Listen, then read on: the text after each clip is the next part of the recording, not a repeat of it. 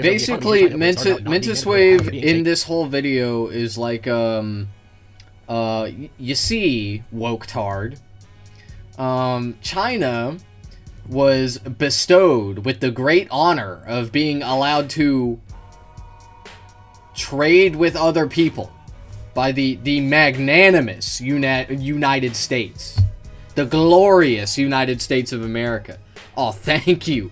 Thank you, United States. Wow. Wow. And that's why capitalism is good, bitch. That's why it's good. Oh, yeah. For commercial space in those zones. Yeah, dude. A 20 to 70 year lease given. But you can still register a WFOE in those areas for a limited liability corporation in China. And if you were to try and go back in time and do that under Mao's tongue, good luck. Yeah, spoiler alert, not happening. Oh, what? So why is that, Mentis? Because Mao Zedong was just a iron-fisted. Yo, Mao Zedong would kill you personally. He would, like, Viltrumite. He would, like, stab you through the heart, Viltrumite style. And he would rip out your beating heart, and he would go, like, and he would squeeze the blood. Welcome back to J-Star. It's me. I'm J-Star. And, today, we're watching Mentiswave. This video is called The Absurdity of Being a MAGA Communist. MAGA Communist. I also think it is quite absurd to be a MAGA communist. Okay, shut up. God, I hate that music. Hey, Internets. This video is going to explain why you can't actually be a right-wing communist or a MAGA communist, as it is sometimes called. At least not if you want to possess an ideology with any level of consistency or sustainability. Because, of course, you can claim to be a right-wing communist, and on its face, it may seem like the ideas of left-wing economic policy and right-wing cultural ideas aren't necessarily contradictory, at least in the... I mean, basically, I think he's gonna say some stupid bullshit in this video, but a lot of it may be somewhat accurate, maybe. Because at the end of the day, I agree with him. Like, these are two incompatible ideologies. But I just want to start this off by saying that it comes from a real place in Marxist theory, which is, I can't remember the words that Marx actually uses, but basically you need to, like, convince workers to unite, okay? And this is why some communists, some Marxist-Leninists go down the nationalist route. And it just doesn't really work. It's not effective, okay? You need workers to unite globally. Right, so like MAGA is this hyper-nationalist, racist, pro-pedophilia movement. And those things are just kind of incompatible with Marxism. You can't pitch MAGA communism to anybody outside of MAGA, okay? And it's especially stupid now because MAGA has purged so many of its supporters. At this point, the only people that are still in MAGA are the dumbest 20% of the nation. Just in the immediate sense. That's it. The problem is emphasis on the word immediate sense. Because as right-wing communism marches forward, it will run into a lot of problems that will ultimately force it to fall into the same pitfalls and the same logical failings that the far left runs into. I should also note that this video is part of a collaboration with Praxpen in further response to Jackson Hinkle's constant coping about China. Well, yeah, because it's just communism, but they try to pitch it to stupid people. It's not... Look, this is what I tell leftists who are like, oh, we need to, like, convince conservatives to be communist, socialist or whatever. It's like, no, you can't do that. They're too far gone. Okay, they are. But they're not too far gone in the sense that you can't pull them back at all. Okay, they're never, ever going to be socialist. Okay, they think that communism is evil. They think socialism is evil. They think it's like the Nazis, okay? That's what they think. You can't just break them out of that programming by saying, like, I'm MAGA too, but I'm a communist. Like, that's so fucking brain dead. Like, I don't even... The thing is, like, these guys, Jackson, Hinkle, right, and people that are kind of like them, you know, they want to meet the the MAGA people, the Nazis, the American Nazis, where they're at, and you just, it's like, the thing about them is they're pretty well versed in the theory. Like, they've read the shit, they like talk about it, and they like seem like nerds. Okay, they seem like they actually read it, but like they just came to the dumbest possible conclusion. Like, this shit makes no sense, man, to anyone. You just pissed it. Nobody liked that. Nobody liked that. It's like when you're playing the Walking Dead game, and you get that thing in the top left corner. It's like nobody liked that. It's like that. Okay, that's what MAGA communism is. So don't fucking do it. Don't say it. It was Jackson Hinkle. There's another guy that did it that he's not talking about. Okay, there's like another guy that's a part, or no, there's like two other guys, right? There's the guy with like the beard and shit, and he has like all the like, he has like all of the communist shit that all of the like diehard communists get, the fucking bust. He has like a bust of Lenin or whatever. Performative communism. Okay, look, I respect you if you buy that shit, okay? It's actually kind of epic. I kind of like it.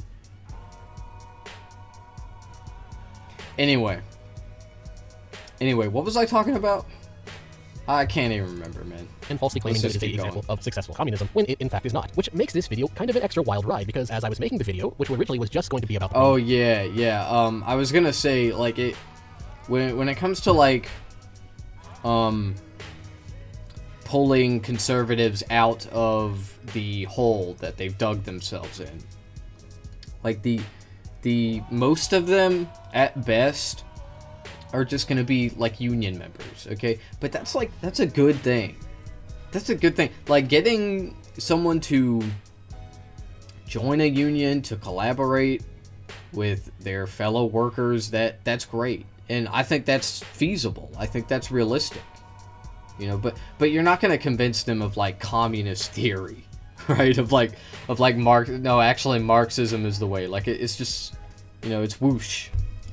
Never gonna happen. Communism, something absolutely hilarious happened. If I had a nickel for every time a commie attempted to refute me, in which they used talking points and subject matter that I was actually already in the middle of making another video refuting those very things they said in a follow-up, I would have 2 nickels. But it's weird that it happened twice. The first time it happened was with Bad Panda, when he tried to refute my video on the Holodomor using Mark Tauger as a source in order to refute the source that I was using, which was interesting because I was already in the process of making a video responding to Mark Tauger. And then Bad Panda shows up and he makes a video with his source being Mark Tauger, the very essay I was already in the process of making a response to. And now it has happened again with Jackson Hinkle. I was already in the process of making a nice libertarian theory video for you all to enjoy on why right-wing communism doesn't actually make any sense. And then along comes Jackson Hinkle to respond to my video on why China is not actually successful communism, and in that video response from Jackson Hinkle to me, he commits all of the fallacies and showcases all of the problems with right-wing communism that I was already going to talk about. So yeah, very weird, kind of fun that it's happened twice. But before we get started, first I'd like to give a shout out to Wait, but I made a video about you. I made a video, but you don't respond to that one. Why is that? I got a lot of views on that video. Well, I didn't get that many views on that video. Nobody fucking watches Mentiswave. Nobody wants to watch my reactions to Mentiswave. I'm reacting to this video for nothing. Very weird, kind of fun that it's happened twice. But before we get started, first I'd like to give a shout out to Young Americans for Liberty. The Yale National Convention of 2026 is going on. It is going to happen at July 28th to 30th at Xavier University in Cincinnati, Ohio, and applications for it are currently open right now. This is probably very soon, because they do to be a market communist. You have to first start with a little bit of theory. Mainly, what does it even mean to be left or right wing anyways? Okay. Because, you know, that's kind of an important question when it comes to this issue. And it's one that's something that libertarians, especially myself as a younger libertarian, we kind of have a temptation to put ourselves above and kind of be that little eagle looking down on the problem saying, oh, we're above the whole left and right dichotomy. We're smarter than everybody else. The whole left-right dichotomy is false to begin with. And thus the question of whether or not you can be a right-wing communist or a left-wing libertarian is ultimately just meaningless conjecture, especially since there's pretty good evidence that the meaning of left and right originally actually got reversed a very long time ago back in France in the 1700s. But the thing is, that doesn't necessarily mean that it should be viewed as meaningless, because even though it got reversed a bit, that reversal ultimately did have a reason behind it. To make a really complex topic short, it really just comes down to your stance on equality and hierarchy. Left-wing ideology ultimately favors economic equality of outcome, and thus advocates that it is moral to use aggression in order to redistribute power and wealth from those who have to those who have not, often under the claim that wealth inequalities creates a quote-unquote unjust. It's not equality of outcome. It's not equality of outcome. Yes, I hear a lot of leftists saying that.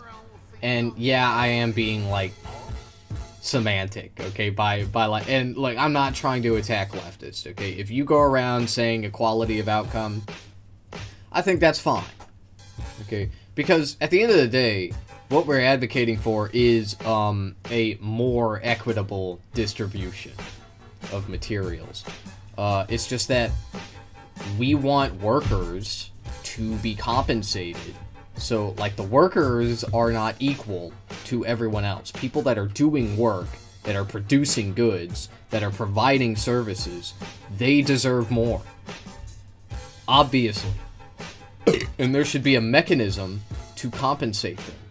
It's just that right now, we live in a society where all the money is going to the billionaires, the Epstein class, who are using it to buy islands where they can rape children and eat children and whatever else, okay? Probably worse shit than that. If you believe in using the government to force that kind of equality to I exist, can't then even you are imagine a leftist. Whereas on the anything flip side, worse the than right that. believes that no, that is not correct. That it is not right to use aggression to force equality of outcome. That you cannot steal from Steve to give to Joe just because Joe has less than Steve. And this generally also comes with the belief that hierarchy is good, actually, and that inequality to some degree is actually natural. This is probably why the original meanings Yeah, of it's just that hierarchy is good. It's just that workers, people who are doing the work that makes society go, should be at the top, not the fucking private owner. All right, debate me on those merits. So quickly, because originally during the French That's National what I Assembly, wanna the leftists hear. were the ones who were against the rule. I want to hear you justify why a billionaire deserves $1 billion. That's what I want to hear. Which is what I'm hearing right now. Okay, that's everything that you say, is to justify that in a roundabout way. But I want to hear you directly justify it. Why do billionaires deserve $1 billion? Why? I'd like to know. Royals. But the thing is, in order to actually enforce that lack of hierarchy, you ironically have to actually create a hierarchical structure in order to enforce equality. And thus, it is ultimately an authoritarian philosophy, as I kind of already pointed out in previous videos, and why you can't actually be an anarchist and left-wing either. TLDR, the idea of leftist anarchy kind of runs into the immediate problem that equality isn't natural, and thus you need authority to create equal outcomes, and thus leftist theory is necessarily authoritarian. Those who call themselves leftist anarchists will completely flip out on you when you point this out to them, but they're wrong and they don't matter. So anyways, this is ultimately why Das Kapital is generally considered the most left-wing thing ever written, because the concept of surplus labor value being extracted... not really. Not really. All you need for anarchy, right, basically, if you boil it down, is no government. Okay, no government. That's what you need. Like as little bureaucracy and government as possible. Like, the closer you are, the less government you got, the closer you are to anarchy, right? And true anarchy is like no government. Okay, but the left wing is all about redistribution of wealth. It's all about wealth redistribution.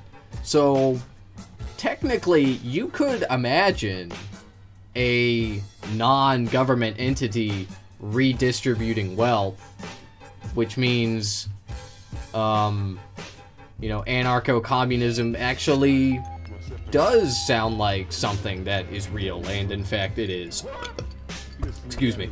And I don't believe in it.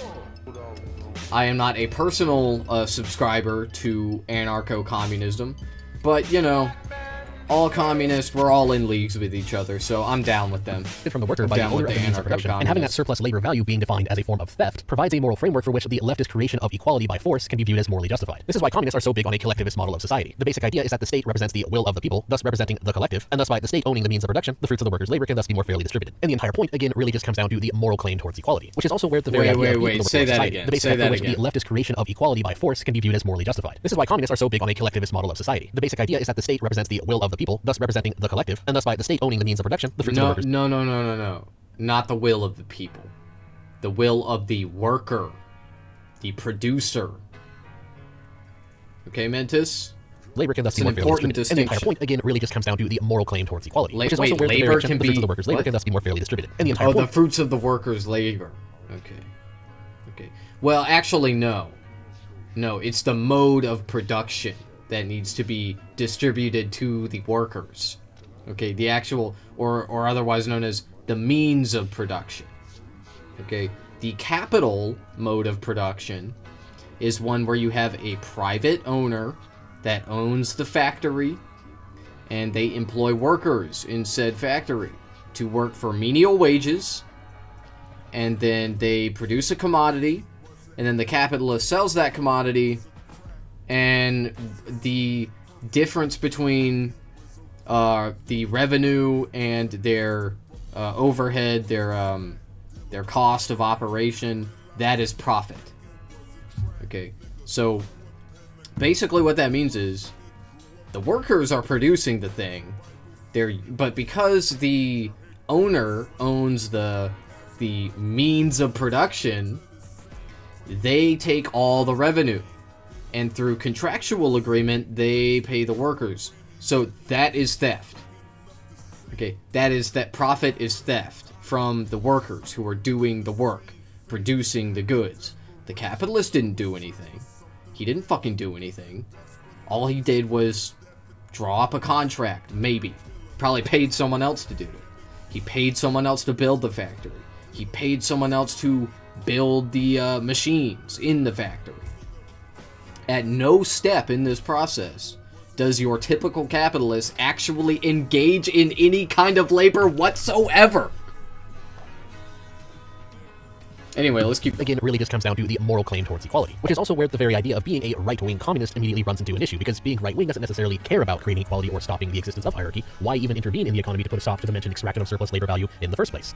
Leftists who call themselves leftists, of course, have the simple answer: to create equality of outcome. But that's not really a core right-wing thing. Rather, the right-wing claim is more or less that not having equality and instead focusing more on individual freedom is morally just based on the consistency of property rights, but also, of course, have the simple answer: to create equality of outcome. But that's not really a core right-wing thing. Rather, the right-wing claim is more or less that not having equality and instead focusing more on individual freedom is morally just based on the consistency of property rights, but also because this ultimately justifies a more free market policy, where you don't have the government intervening to create equality, and you don't have the government coming in to control the quote-unquote means of production. The defense of this is often pointed out in the famous quote: "A society that puts equality before freedom will get neither. A society that puts freedom before equality will get a high degree of both." And so, in order to be a right-wing communist, one must necessarily viciously deny this statement to be true. The only claim that the MAGA communists can have to being right-wing and communist really just comes down to trying to claim that communism actually reduces scarcity better than capitalism does, which I believe immediately... Yeah, because you want to know what's so freedom, you want to know what's so freeing, working in the capital mode of production, where you have no say over the operations of the factory you work at, you have no say over your living conditions because you have no money, because the capitalist pays you nothing, they pay you pennies in wages.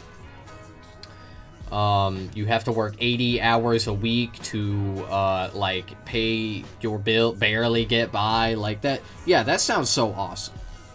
Yeah, I love that. That's so freedom. Wow, we're having so much freedom right now in this economy. I'm loving it. I really am. Explains why the MAGA communist types seem to have taken to such an obsessive liking to the extra shiny Chinese cities. They look at all these nice-looking Chinese skylines, and then look to the fact that China is ruled by a quote-unquote Chinese Communist Party, and whoa-ho-ho, the communism has reduced scarcity better than capitalism because these cities look better than the capitalist cities. Which brings me to finally the first clip I want to show with Jackson Hinkle's rambling, and how it shows that MAGA communists have a very simplified view of economics. He's like, oh, well, China is actually successful now because they adopted Friedmanite economics. And I'm like, in what world is China, ascribing to the worldview, to the writings, to the works of Milton Friedman? Let's be real here. In China, all of the land is owned by the state. Does that sound like capitalism? Does that sound like Milton Friedman? Where did Milton Friedman write about that? The only land that is not owned by the state in China is owned by, like, collective farm workers and rural communities. Okay, so yeah, that's apparently Milton Friedman. Only certain What else do we have? He said that China's Friedmanite economics. China, they have like 4,300 different banks, 4,400 different banks. I think it's about 15 or 17 are categorized as private. All of the banks are publicly state-owned, right? And by private, they mean that, like, less than 50% owned by the state. So everyone kind of knows that around 30% of the company, if you have enough shadow companies that have enough stock in the company, it can technically be defined as still a state-owned enterprise. So 17 banks out of over 4,300 are don't private. know if that's the other true. 4,300 roughly are all publicly owned state-owned banks. In China, they have rigorous 5-year economic plans, which all state-owned enterprises, partially state-owned enterprises, and private companies must adhere to. And if you don't adhere to it, you're going to have a very big problem, meaning like... So yeah, everything that Hinkle just said is painfully irrelevant, mainly because it's just a straw man. When economists say that a country is a capitalist country or a communist country or whatever, when that statement is coming from a serious economist anyway, it is almost always just an oversimplification to make things easier for normies to understand. But of course, in reality, it's much more complicated than that. In reality, you have to look at policy in a case-by-case basis, and in this case specifically, whether or not it is a capitalist policy or a communist policy, and what specifically that policy does. So for instance, when an economist, or in many cases a historian, looks at the USSR and says that the USSR was a communist country or a communist nation, that doesn't mean that they were a pure communist nation in the sense. In fact, many communists and many socialists today will actually deny that and claim that they were a state capitalist society, which in many ways they were. It's just that they had enough communist policies that you can break it down as an oversimplification and call them communist, but that doesn't mean that all of their policies were actually communist. It is just a way to... Yeah, I mean, I agree with that. Like, communism is an ideal, okay, an ideology, perhaps. It's a conceptual perfect utopia. That's the way Marx described it. But really, Marx spent most of his time criticizing the system that he lived in and very little time dreaming about the one he wanted to create. Which is understandable. But that's not to say that he didn't have, like, good ideas that could be put into practice, and he just, like, spent his time reacting. Okay? Yeah, anyway. Anyway, what were we talking about again? I got sidetracked. Communist policies. Oh yeah, like there is no truly capitalist nation either, right? Because a true free market, as libertarians describe it, would be one free of all regulation, which is obviously a terrible idea, because that's how you get rampant child labor and lots of workplace accidents. Down as an oversimplification and call them communist, but that doesn't mean that all of their policies were actually communist. It is just a way to simplify it, which unfortunately opens the door for dishonest people to take advantage of that, and then they refute the oversimplification and act as if they've refuted the concept entirely, which of course is not true at all. So here's a less simplified version to the point of making it clear that what Hinkle is saying here is basically nonsensical. A communist policy in terms of economic planning is essentially a collectivist policy, whereas a capitalist policy is an individualistic one based on negative freedom. Or another way to look at it is how Hans Hermann Hoppe defines it in his book on a theory of socialism and capitalism, where socialism is defined as an institutionalized policy of aggression against the holders of private property rights by the non-producers or non-contractors of that property, and thus the state controls how the resources of that private property is used. Whereas a capitalist policy is simply the respect of private property rights. It is simply the absence of that external control by the non-productive class. And so, of course, every single economy in the world cannot be simply explained by simply saying, oh, this is a communist country or this is a capitalist country. That is, again, always an oversimplification. In reality, markets are complex, economies are complex. Every economy in every country in the world is to some degree a mixed market between capitalist and socialist policies, to some degree or another. And so when Hinkle bumbles in and says, oh, the CCP owns land and the CCP owns a portion of every company, and then provides absolutely no policy analysis beyond that whatsoever and simply implies that that means that communism works, that tells you absolutely nothing. It is an utterly meaningless argument. All he's really telling you is that China is a mixed market economy like every other economy, and he's just cherry-picking parts that are socialist policies. Whoop-de-doo-dazzle. It has absolutely nothing to do with the main question. Okay, but like China is an extremely communist nation relative to ours. Like, first of all, they have a one-party state that is like all about the workers. They're all about like doing things for it's the Chinese Communist Party. They execute billionaires. Let me say that again, dude. They execute billionaires in China when they like do fucked up shit. Like in America, when billionaires do something really messed up and they like kill a bunch of people, we're just like, oh, you don't do that again. Don't do that again. Bad. You are gonna have to pay a very hefty fine, sir, for killing all of those people. Or your CEO is, and you're gonna have to fire your CEO too. Okay. Oh, I'm sorry. I won't do it again. I promise. In China, they kill you when you do that, firing squad style. Blow, blow. Okay, they just like end your shit right then and there, dude. It's crazy. Anyway. Point, which is whether or not those policies are helping to reduce scarcity or are they making scarcity worse. And you will notice that Hinkle provided absolutely no explanation whatsoever to how specifically those policies he mentioned made things better. Because we can play the exact same game reverse on the United States, for example. Banks are owned in China by the state. Okay, well, you also have the Federal Reserve in the United States. So what? Two socialist policies of two different mixed markets. Whoop-de-doo-dazzle. Again. Because, well, ultimately, the argument he's trying to... That's not a... Huh? Oh, well, yeah. The here is just that the Chinese Communist Party has communism in the name, therefore it's... I don't think that is a bank in the traditional sense. Let's find out. I understand that it is not a government institution, by the way.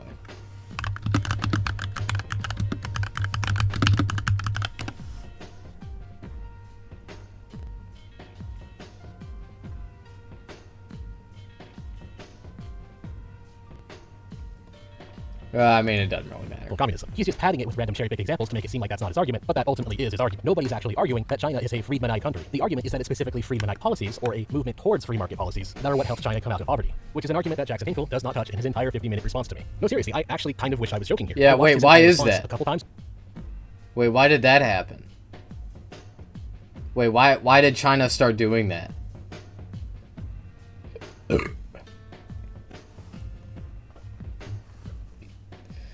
By the way, what he's saying here is technically true. He just fails to mention how much worse working conditions got after China started doing certain sectors of free markets. They organized it into sectors. And he's also failed to mention how those same working conditions have gotten a lot better since the introduction of socialist policy into said sectors. He's also failing to mention that the only reason China did all of this in the first place was to get out of the crippling sanctions that the United States was imposing on them during a time where the United States was even more powerful and even more central to the global economy than it is now. And America is, the United States has always been extremely powerful, but back then, it is just like you were dead, okay? You were dead if you didn't play ball. And his entire response, the reasoning behind it, is based on this misconception within the first few minutes. He legitimately made an entire 50-minute response video that completely ignores the central point of the argument being made. At no point does he attempt to explain why the policies that led to Chinese success were not free market policies. At no point does he actually counter the main argument that I had to say. It is legitimately a 50-minute straw man. Seriously, if you watch his video while keeping in mind that the argument is not whether or not China is a free money country, but rather that the argument is whether or not those specific policies are what helped China bring itself out of poverty, Hinkle does not actually say anything to counter that claim, which really shows when he gives... So let me get this straight. China going from a peasant farming country to a industrial powerhouse over the course of 30 years that was capitalism, is what you're telling me. That was capitalism. But when they actually did capitalism and working conditions got worse, but production exploded, that was the capitalism that made the country great, and not the reversal of the United States sanctions. Interesting. About Chinese special economic Interesting theory.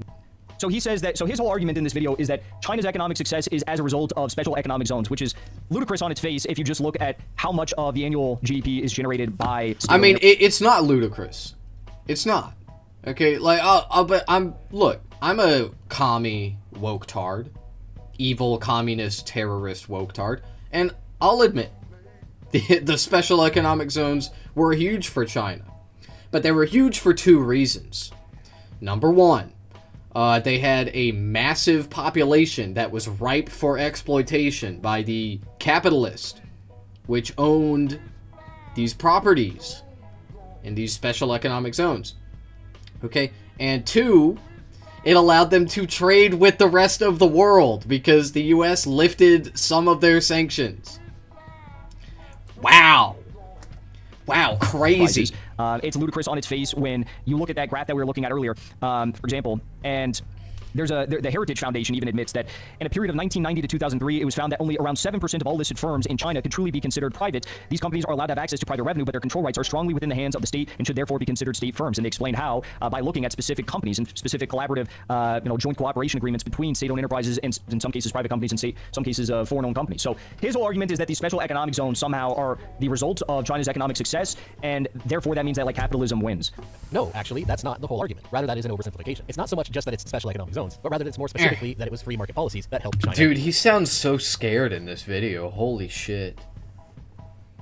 Mentis, unironically, like I don't even like Jackson Hinkle, okay, for reasons I stated earlier. I mean, I think he has way more clout than me, okay. I get respect, I guess, where it's due. I personally disagree with his methods, but what the fuck do I know? You know, he has, like, more of a following than I do, obviously. But anyway, you sound terrified in this video. You're, like, quaking in your boots. And keep in mind, Mentis is, you know, he's punching down right now. Right? I think. Jackson Hinkle is, like... Jackson Hinkle doesn't have 120k subscribers on YouTube. Right? He doesn't get the views that Mentiswave gets. I don't think so. I don't think ever. I mean, this video came out as I'm recording this 1 hour ago, and he has 3,000 views. And most of his videos rack up like what? Like 30k views? 40. The video he made about the male loneliness crisis got 87. Yeah, I don't think Jackson Hinkle is doing these numbers. So he's like punching down right now. He sounds like he's quaking. become more. He's quaking in his boot. His little balls are quaking, buddy. A socialist economy, that is again just an oversimplification. That is based entirely just on the average of their policies. Really, there is capitalist policy and socialist policy. America isn't actually a capitalist country. It's a straw man. It's just straw an man. given based on their policies. And the reasoning Hinkle gave in regards to the special economic zones completely ignored the reasoning behind that. Because it's not a question of whether or not China still has state-owned enterprises. They do. Of course they do. We know that they do. He's not telling us anything that we don't already know. The question is whether or not China's SEZ policies... Okay, yeah. You keep saying it over and over again. The capitalist policies. The capitalist policies. They made the country great. They made China great again, brother. How? How? Explain how. I would love to hear it. Let's hear it. A reduction in socialist policies or an increase in socialist policies. That's really the only thing that matters here. And when we look at these policies, you're right. We see that they allowed for more FIEs, so foreign invested enterprises, relaxed foreign investment law, allowed for more special administration measures. And so, for example, if you want to own a restaurant in China, you actually can now. And it mainly wait, interesting. Oh, encourage foreign invest. Wow. So, how did that happen, man? Relax foreign investment? Oh. Wait, what granted China the ability to trade on the global stage, to operate in other countries? How did that happen, Mentis? Investment law allowed for more special measures. And so, for example, if you want to own a restaurant in China, you actually can now. And it mainly started with the special economic zones. You don't necessarily have to have it be state-owned. You can have a WFOE in China or a wholly foreign-owned enterprise. And the areas basically, Mentiswave in this whole video is like you see, woke-tard, China was bestowed with the great honor of being allowed to trade with other people by the magnanimous United States. The glorious United States of America. Oh, thank you. Thank you, United States. Wow. Wow. And that's why... capitalism is good, bitch. That's why it's good. For your business will be a state. Oh yeah. For commercial space in those zones. Yeah, dude. A 20 to 70 year lease given, but you can still register a WFOE in those areas for a limited liability corporation in China. And if you were to try and go back in time and do that under Mao's tongue, good luck. Yeah. Spoiler alert, not happening. Oh, what? So why is that, Mentis? Because Mao Zedong was just a iron-fisted. Mao Zedong would kill you personally. He would like Viltrumite. He would like stab you through the heart. Viltrumite style, and he would rip out your beating heart, and he would go like, and he would squeeze the blood juice into it. That's what he would do. Yeah, bro. Famously, Mao Zedong just hated trading with the rest of the world. He was like, oh, I don't want to do that at all, ever.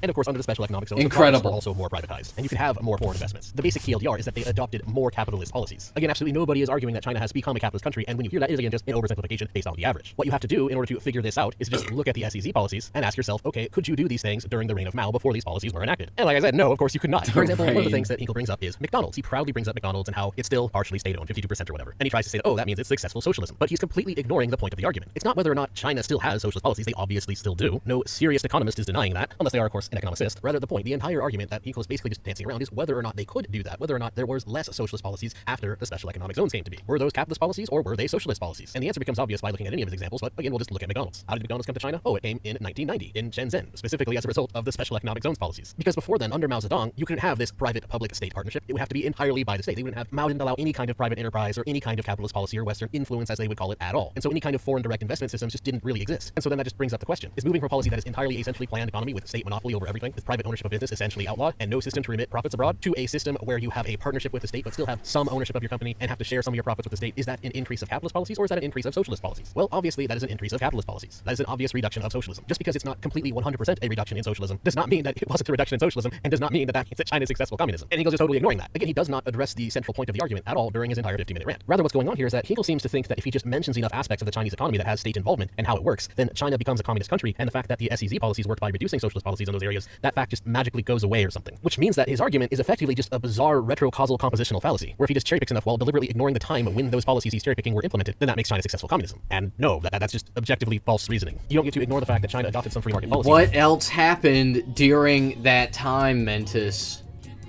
What else was going on with a certain country? With a certain country one continent over? those policies I resulted wonder. in them gaining greater economic growth just because they still have some socialist policies. And you don't get to just ignore the causation of those policies either. Like he does when he looks at my graph. If you watch the whole video, he gets to the point where I show the graph where it shows that the increase in privatization led to greater economic growth, reduction in poverty, etc., etc. And he just deliberately hand waves it away. He doesn't understand the graph at all. He makes no attempt to analyze it in good faith. And you can tell that this is what he's saying from this clip right here. Yeah, you know, China before capitalism was so much worse. It was so much worse because I love China after they had to install the suicide nets in the factories. That's the best part. Yeah, we love that. Yeah. Yeah, oh, capitalism. Boom, boom, score. Suicide nets. Yeah, kaboom. Cha-ching. How are they under the wing of the Communist Party, but also under a capitalist experiment? That doesn't even make sense. Yes, he unironically said that. Yo, Mentiswave be like, China had experienced more economic growth after the installment of the suicide catching nets in the factories.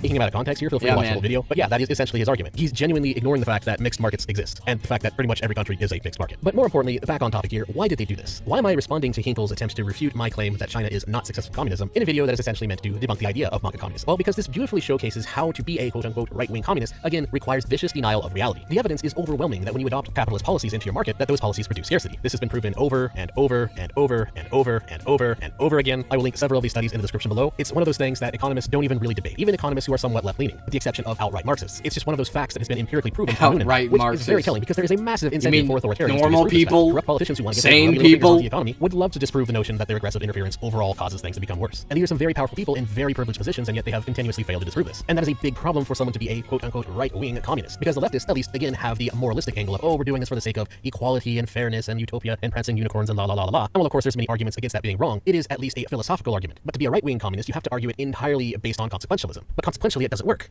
It does not reduce scarcity better than capitalism, and it is therefore not conducive to low time preference values that are compatible with right-wing ideals. As in many ways, that's the entire point. One of the main reasons the rightists support hierarchy and view hierarchy and inequality as a good thing is mainly because those things are sustainable. That's kind of a big difference in there. It's not just the moral angle, it's also the sustainability angle. But if you are supporting an economic system that consumes the future of the next generation, how the heck can you be right-wing? The answer is you can't. And so the biggest reason why being a what about capitalism is sustainable?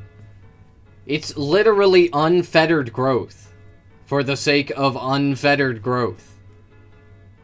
We're just like harvesting all of the world's resources there is nothing about this that's sustainable. Nothing about this system is sustainable. What the fuck are you talking about, man? Like, we currently live in capitalism, okay? Globally, in the United States, right? It's just, we're global capitalism right now. That's what we are. That's what humanity is. And we are currently destroying pretty much every ecosystem on the planet. We are causing a major climate crisis. And we are very quickly running out of resources. And you're just like, oh, yeah, we need to keep doing this. Doing anything else would be communism, don't you know? Billionaires need to be billionaires. It's essentially just an inverse of the reasoning Hans Hermann Hoppe gave as Stupid. to why it doesn't really make sense to be a left-wing libertarian in his book on getting libertarianism right. It essentially boils down to the fact that, sure, you can claim to be a libertarian in support of free market capitalism and at the same time be a total pervert degenerate and drug addict. The problem, though, is that in a free market-based society with as little government as possible, that also means that people have freedom of association. And it is essentially economically sensible for people to actually just physically remove degenerates because they are ultimately an economic drain. Because high time preference behavior... Yeah, physical removal. Okay, so now you're pivoting to Hop. Okay, cool. Cool. This is like the new thing in libertarian circles. They're like they're pivoting to genocidal rhetoric, just like outright. They're like, okay, now's the time. Now's the time. Yo, it's our moment. It's the right-wing moment. Okay, we gotta pivot to actual genocide. We have to, guys. Make no mistake, that's what he's talking about. When these people start talking about removing undesirables, that is exactly what they're talking about. They are talking about killing and annihilating these people, these addicts who are victims of this system. And instead of trying to reform them, instead of trying to help them, get them the help they need, build them institutions that they need to get sober, they're like, oh, we're just being practical. We're just being practical. Let's just kill them. That's what he's saying here. That's what he's saying here. He's saying it in other words. It's fucking disgusting. And I really hate... it's one thing when I see someone like the guy I was reacting to yesterday, Libertas. Okay, I don't know when, if that video's already come out, or if I don't know what order I'm gonna release these in, but I never know. But anyway, you know, he was saying this, right? But he has 1,000 subscribers, right? He gets like 500 views on his videos. This person has 120,000 subscribers. Mentiswave, you cannot advocate for genocide to 120,000 subscribers, man. That is so fucked up. That is worse. And thus, a successful libertarian society is a society that physically removes degeneracy. And thus, libertarians who wish to be successful must be necessarily, to some degree, right-wing and have low time preference values. And recognize that while people have a right to be degenerate, that doesn't mean that they have a right to be tolerated. And thus, they do not have a right to access to society. And likewise, on the flip side, sure, you can not be a total degenerate, you can not be a drug addict loser, and you could live a trad right-wing lifestyle as much as you want. What the fuck are you saying, man? Think about what you're saying. They have the right to do degenerate shit, but they don't have the right for us to not kill them. Yeah, okay. Alright, cool. Sound logic. Typical nuclear family home. You can do all those things, but if you're espousing communist economic policy... Yeah, wow, so much liberty. Yeah, wow, I can really do whatever I want, right? When you're threatening to kill me if I do it, right? You could do drugs. And, like, where does this end, right? Where does this end? Like, you can be gay. You can be trans. We're libertarians. We're all about liberty. You can do that, but we're gonna kill you if you do it. But we're gonna fucking kill you, you degenerate. That's what he's saying right now. Will ultimately consume your children's future because they are not conductive to the reduction of scarcity. That's so fucking disgusting. Problem as the degenerate left libertarian. What a piece of shit, dude. And Human fucking scum. But ultimately to the same effect. But here's the interesting thing. I've wiped shit off the gristle of my boot that looks nicer than you. You fucking piece of shit. To be a socialist, to be a communist, will actually ultimately result in you coming to the same weird conclusions as the woke left anyways, which Hinkle actually does. Take a look at this clip. China kind of went through some stuff. They kind of had like a different system that was governing over them. They had some sort of threats that were levied against them for an extended period of time. We can look at modern Chinese history, and you can pick whichever one you want to dive into. I mean, there's too many to count. You have the first Opium War, 1839 to 1842. You have the Dogra-Tibetan War, an internal conflict, ethnic conflict. You have the Taiping Rebellion. You have Second Opium War. You have this very strong foreign intervention from countries, the most powerful countries all across the world. Panthay Rebellion, Dungan Revolt, another interethnic conflict. Neon Rebellion, Sino-French War. You have the first Sino-Japanese War. You have the Boxer Rebellion. You have the 1911 Revolution. You have the Warlord era, 12 years of just like actual warlordism. Conflicts all across the country for over 12 years straight, where it's just absolute chaos and madness and warlordism all across the country. Okay, so a bunch of cherry-picked examples of wars and issues that China faced. Pretty silly argument because you can basically do the same thing for every other country. For instance, he brings up Japan. I mean, Japan got nuked in World War II, and yet they still managed to build back just fine. Well, the reason this matters, and the reason I bring it up, rather than just ignoring this as it is just yet another example of cherry-picking on its face, is because it's also an example of a very common leftist tactic that I like to call unfalsifiable excuses, in order to justify a concept of systemic victimhood. And it's especially loved by the communist types, because any time that their system fails, they can always just look to something bad that happened in the past and just blame that. It's an argument I pointed out before, and it's very nefarious in, again, how it's unfalsifiable. Anybody can say something ridiculous like, oh, I stubbed my toe back in 1992, and it gave me such great emotional pain and PTSD. Yeah, wow, that's totally the same thing, man. Yeah, for sure.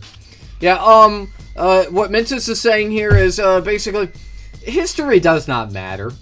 Events in history do not matter. All that matters is the system, with the local system, and not at all the larger external factors at play.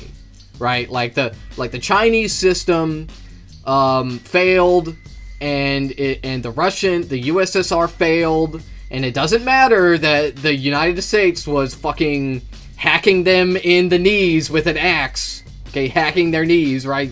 Fucking beating them in the shins. None of that shit matters. None of that shit matters. What matters is that they failed and we won. That is the reason why I am unable to succeed in life. And that is, of course, a very ridiculous excuse to be a failure at life. But the thing is, you technically can't disprove that argument. Even though it's obviously ridiculous to any rational person, it has a layer of subjectivity behind it, just enough subjectivity. Yeah, it's not that obviously ridiculous, actually. I mean, your analogy is, of course, ridiculous. That's the point of it. But most people, when you tell them, well, you know, like, America had, like, imposed all of these ruthless sanctions onto all of these different countries that tried to do socialism. And it was, like, kind of fucked up. It was, like, really fucked up. And they're like, oh, well, yeah, I guess America... And, like, most of them will still be like, well, you know, I guess sucks to suck, but anyway, it's like... you can't just look at history and be like, none of this shit matters. None of it matters. All that matters is the machinations of the system and the abstract thought that I have in my mind. It's like, okay, man. All right, very cool. An action element to it that you can't actually disprove. And commies always take advantage of this to point to something and claim that that's the reason why their system didn't work, completely ignoring the context of history. The crimes and evils of Mao Zedong, how many people he murdered, and how his policies directly How many people did he murder, Mentiswave? One gorillion? One gorilla, worse than Hitler! And It's directly worse than related to China's Hitler! economic failure is very well documented. But really the issue here is the reasoning behind it. Because it's basically the same reason that the far woke left uses to reach their conclusions. You see, the issue here is that because socialist policies are such massive failures, they have to find something to blame. And thus they must always turn, to some degree, to the same equity fallacy and the same envy towards success that led the woke left to their conclusions and their identity politics ideology. Which honestly may very well be the bigger contention of fraudulence with MAGA communism. Because they actually... No, your identity politics ideology. Yours. That's what you do. Your identity politics. That's all that conservatives operate on, is fucking identity. That's it. Woke. They actually do still believe in the same cringy things that the woke left believes in. They just refuse to push it to its logical conclusions, which allows them to maintain the facade of a more based personality as opposed to being more cringe. But the logical conclusions of their beliefs leads them to believe the same stuff. So collective guilt, anti-white racism, id-pol entitlement, third worldism, they still believe all of these things. And if you don't believe me, you can just look at some of Jackson Hinkle's Twitter posts. Like this one right here, South Africa's Julius Malema, and former President Jacob Zuma unite ahead of the funeral of MME Martha Matanto Malema. If we don't unite now, we will be slaves forever. And then I have defended Julius Malema and the EFF for years, even getting angry that other people have not. So why does this matter? Why is it relevant? Well, if you don't know, this Malema guy is the same guy behind the Shoot the Boer incident. He's the same anti-white, genocidal psychopath, blames white people for all of his economic problems. Essentially, he is the living embodiment of the logical conclusions of the equity fallacy, as well as also the equality fallacy. The same blames the West. One to woke ideology. He's probably one of the worst examples of anti-white racism in existence today. And here's the allegedly based Jackson Hinkle supporting this guy and being proud to support this guy. Very and honestly, cool. This should surprise no one. He wants to kill all whitey. Requires you to some degree to look at the one who has less and to view that as an injustice, and then to always blame that dynamic for all of society's ills. Hence why they fall for the same false conclusion that the woke left falls for, which is that the government is corrupt and the solution is more government, because they don't actually understand the structure of the system or how it works, and so looking at everything through a lens of critical theory and collective guilt is the fallacy that they are doomed to fall for. Now, of course, there's a lot of other silly arguments that Jackson Hinkle makes. For instance, apparently liking anime and video games makes you a Redditor or something, as if those fandoms didn't exist on the internet long before Reddit existed. Just kind of weird, dumb arguments that are just obviously meant to be insults, not even really worth responding to. But also because really the point here is just to showcase the problem with MAGA communism. You cannot be a MAGA communist without engaging in extreme economic illiteracy, but also just refusing to push your cultural beliefs to their logical conclusions. Where Hinkleites are going is absolutely the same direction as the woke left, because ultimately you cannot be a communist without heading in that direction. The ideology demands that you eventually take on a victimhood mindset as an excuse for all of your failures. But if you want to see more on this conversation, especially since Hinkle and his fans really tried very hard to refute me on a very simple thing, to be honest, then that is where Praxman's video comes into play. One of Hinkle's fans tried to prove again that communism is successful because of China, and Hinkle actually cited this video in his response to me and used pretty much the same reasoning, and of course Praxman came in and pretty handedly debunked it. So be sure to check his video out if you want some more context on this. But for now, that is all. I'll probably do more videos on this in the future because unfortunately it does seem that whole MAGA communism thing seems to be on the rise, which sadly does not surprise me due to just complete and total lack of economic education in the West these days. So I'll be taking it as it goes. Thanks for watching. Please like, share, comment, and subscribe. Okay, man. I don't really agree with you about MAGA communism on the rise. Maybe I'm stupid though. Why? My question is, if it is on the rise, why would you be a MAGA communist? Why? Why would you join that? What reason? Because if you're a communist, it's just like MAGA is, but day by day, day after day, it is becoming less and less popular, which is good. But anyway, that's what's happening. Why the fuck would you join MAGA communism? It makes no sense to me. If you're a MAGA person, I don't know why you would join a movement that has communism in the name. I guess maybe people that were MAGA, that like that are like now kicked out of MAGA because they like wanted the Epstein files, maybe they're joining it. I don't know.